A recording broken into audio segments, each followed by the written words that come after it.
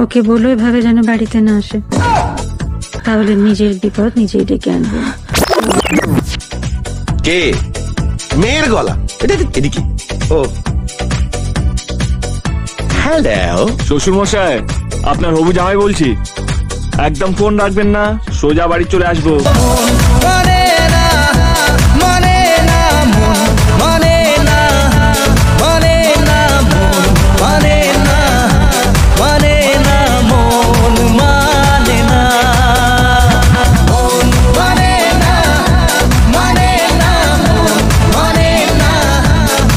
Please একটা subscribe করে দাও প্লিজ।